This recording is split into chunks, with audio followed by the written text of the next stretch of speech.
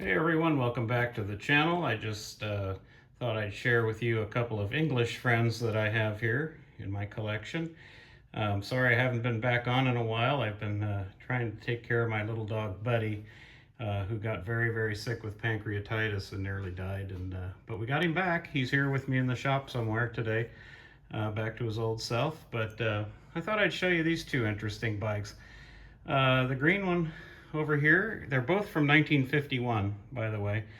The green one is a BSA B31 350cc single, and it's a great bike.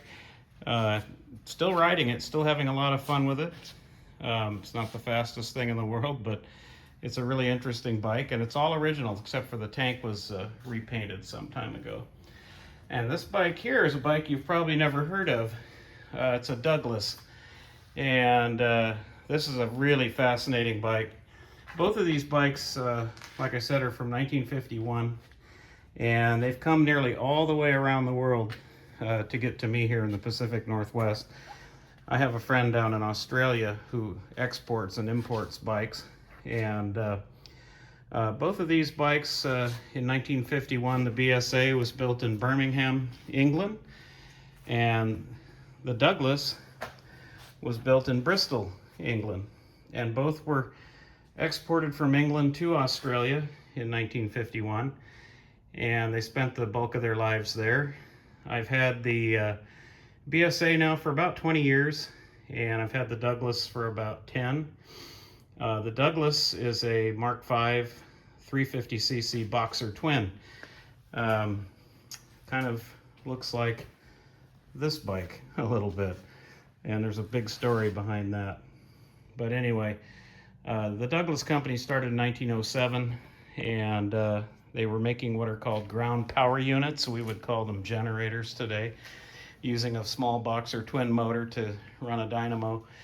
And it didn't take long before somebody thought, let's put one of those motors in a bicycle frame, and the Douglas motorcycle was born. The military had a big need for ground power units for World War I, and Douglas got lots and lots of contracts for those small ground power units and for motorcycles, because they'd sort of evolved in the 7 years before the war and actually became something that the military wanted for courier service and that sort of thing. And coming out of World War I, Douglas was in the black. They were doing really well. Motorcycles were evolving a little bit, and ground power units were still a popular thing. They still had some contracts. But, of course, the Depression came along, and luckily by 1939, they were still alive enough that the government started sending them more contracts for ground power units and motorcycles, which brought them back into the black.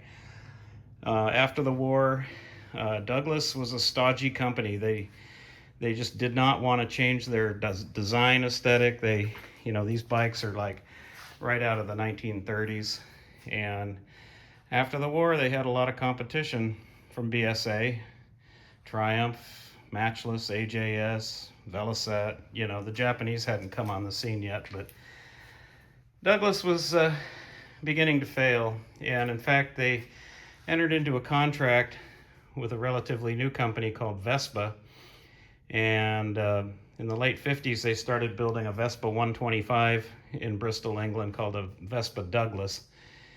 And by 1957 they realized their bikes weren't progressing. They tried to take a 500cc version of this and recreate it into something called the Dragonfly, but it was too little too late. And by 1957 Douglas had filed receivership, but you have to realize Douglas at one point in time was the most well-known motorcycle brand in the world. And that's because back then England ruled the waves, and the sun never set on the British Empire. They had Douglases all around the world. Everybody knew about them, except in the United States. They never sent them here. They did send them to Canada, Australia, New Zealand, Southeast Asia, India. These things were everywhere. And really good bikes, really innovative bikes. You'll notice the suspension looks kind of weird. Well, that's torsion bar suspension, front and rear. This particular bike has a very tall transmission in it. It's a very fast bike for a 350. It'll easily do 80 miles an hour, and you actually have to slip the clutch in first gear to get it rolling. And when it's running, it sounds a lot like a Triumph Bonneville, being a twin. It's kind of a neat sound. Everything on it works, you know. It's fully serviced and ready to go, but I don't ride it anymore. You basically have to belong to the London Douglas Motorcycle Club to get any parts for these, and they've got all the remaining spares, whatever's left. And I think about the only thing I've ever purchased from them was a couple of head gaskets.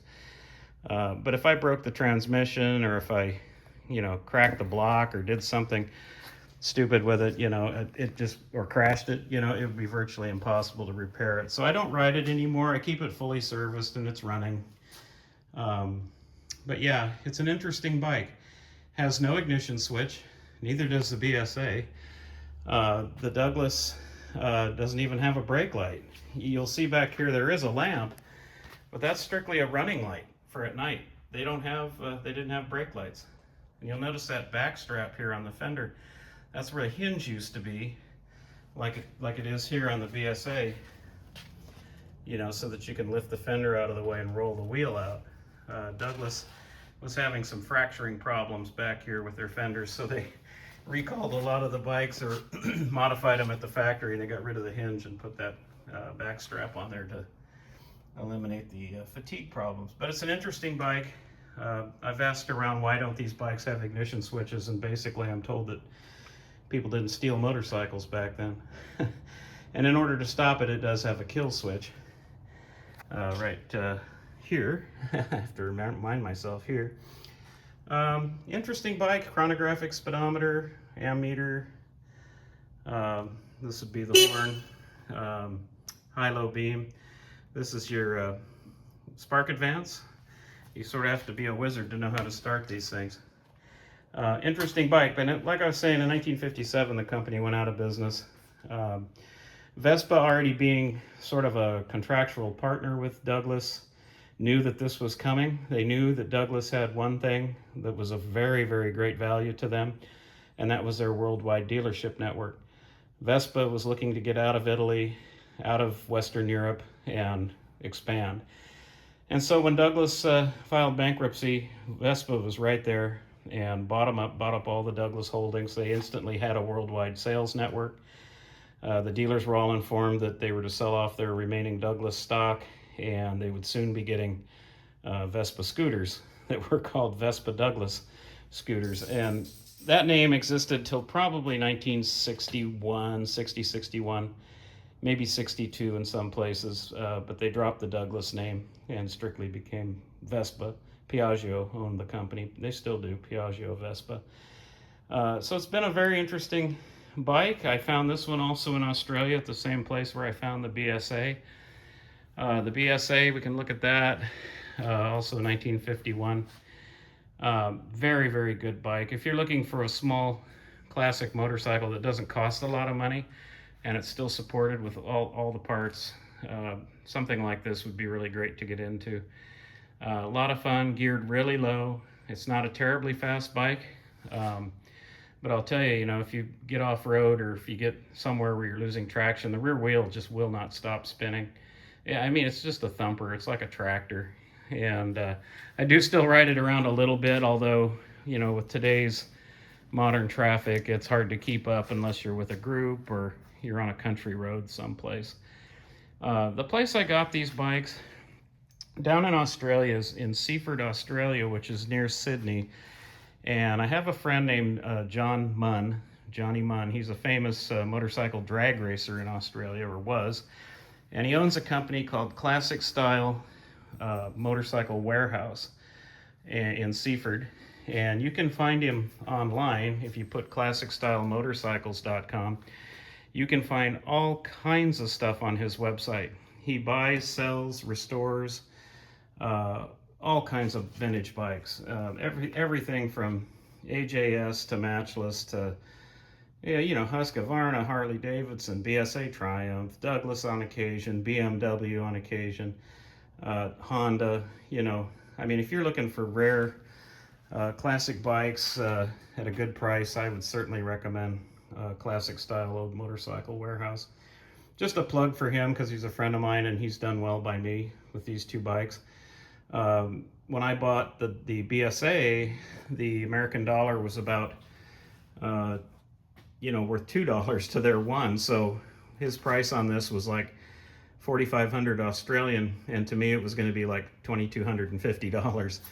And he said, pay the Australian price. He said the shipping will be $300. We'll crate it up. I'll send you all the paperwork. I'll tell you what ship the bike is on. You'll know when it's going to arrive, and you'll have all the proper paperwork to pick it up.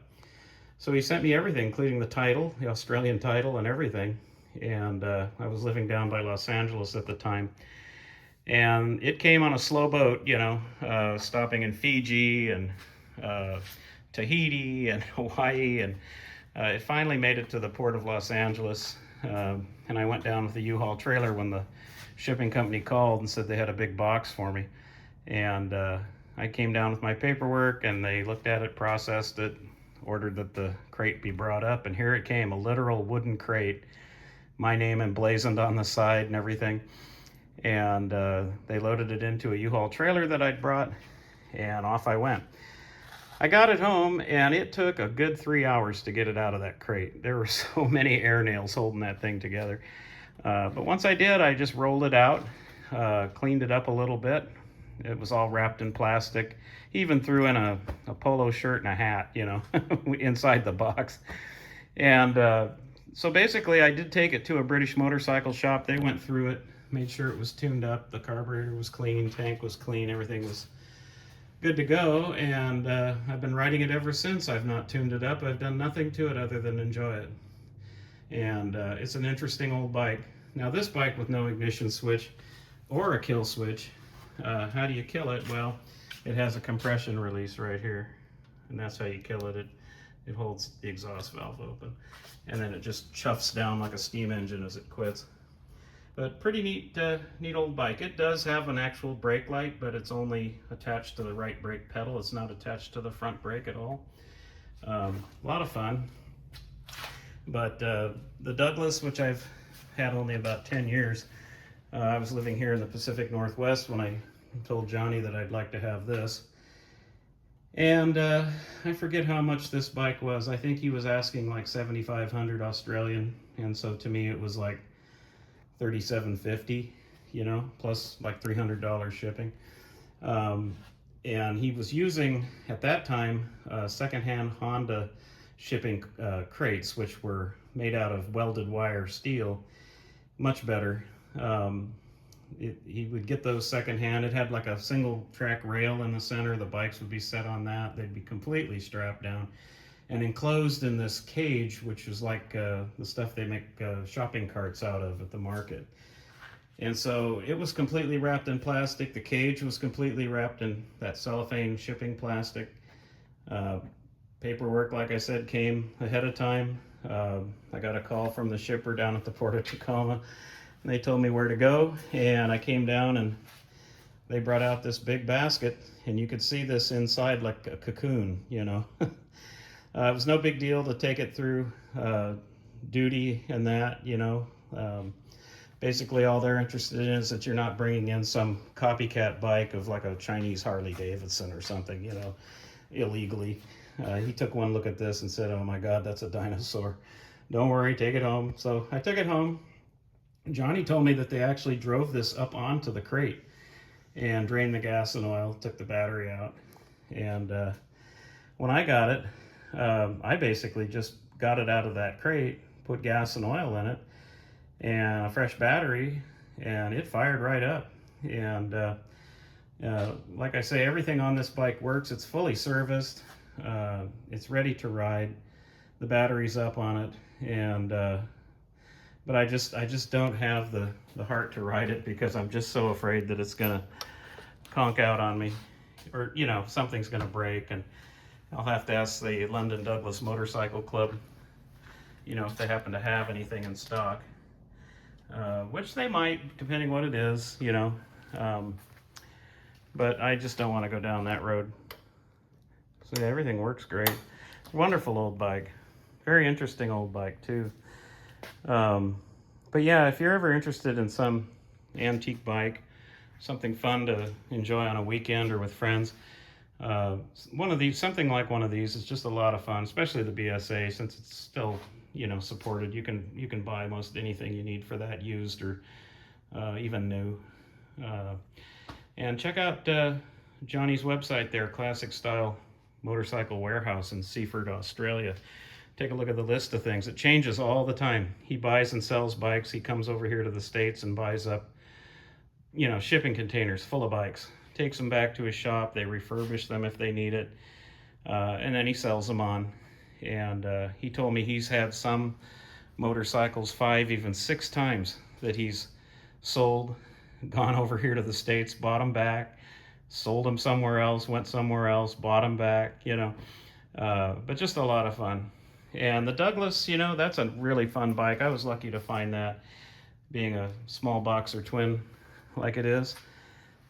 Interesting history about its relationship with the Bavarian Motor Works here. That's kind of a similar design, and there's a reason for that. But anyway, that's for another video. Anyway, I hope you guys like this. These bikes are just a heck of a lot of fun, and easy to keep, easy to insure. And like I said, if you want something quirky, find something like a Douglas. If you want something reliable and fun, go with the BSA or a Triumph or something. Johnny's got them, and he'd be happy to ship you something. So anyway, that's it for now. I hope you enjoy this video about my 2 English friends. It's kind of a rainy day outside today, and I figured, where else does it rain like this except in England? So why not take a look at some nice English machinery here. Anyway, that's it for now. Take care, folks. We'll see you again soon. Bye-bye.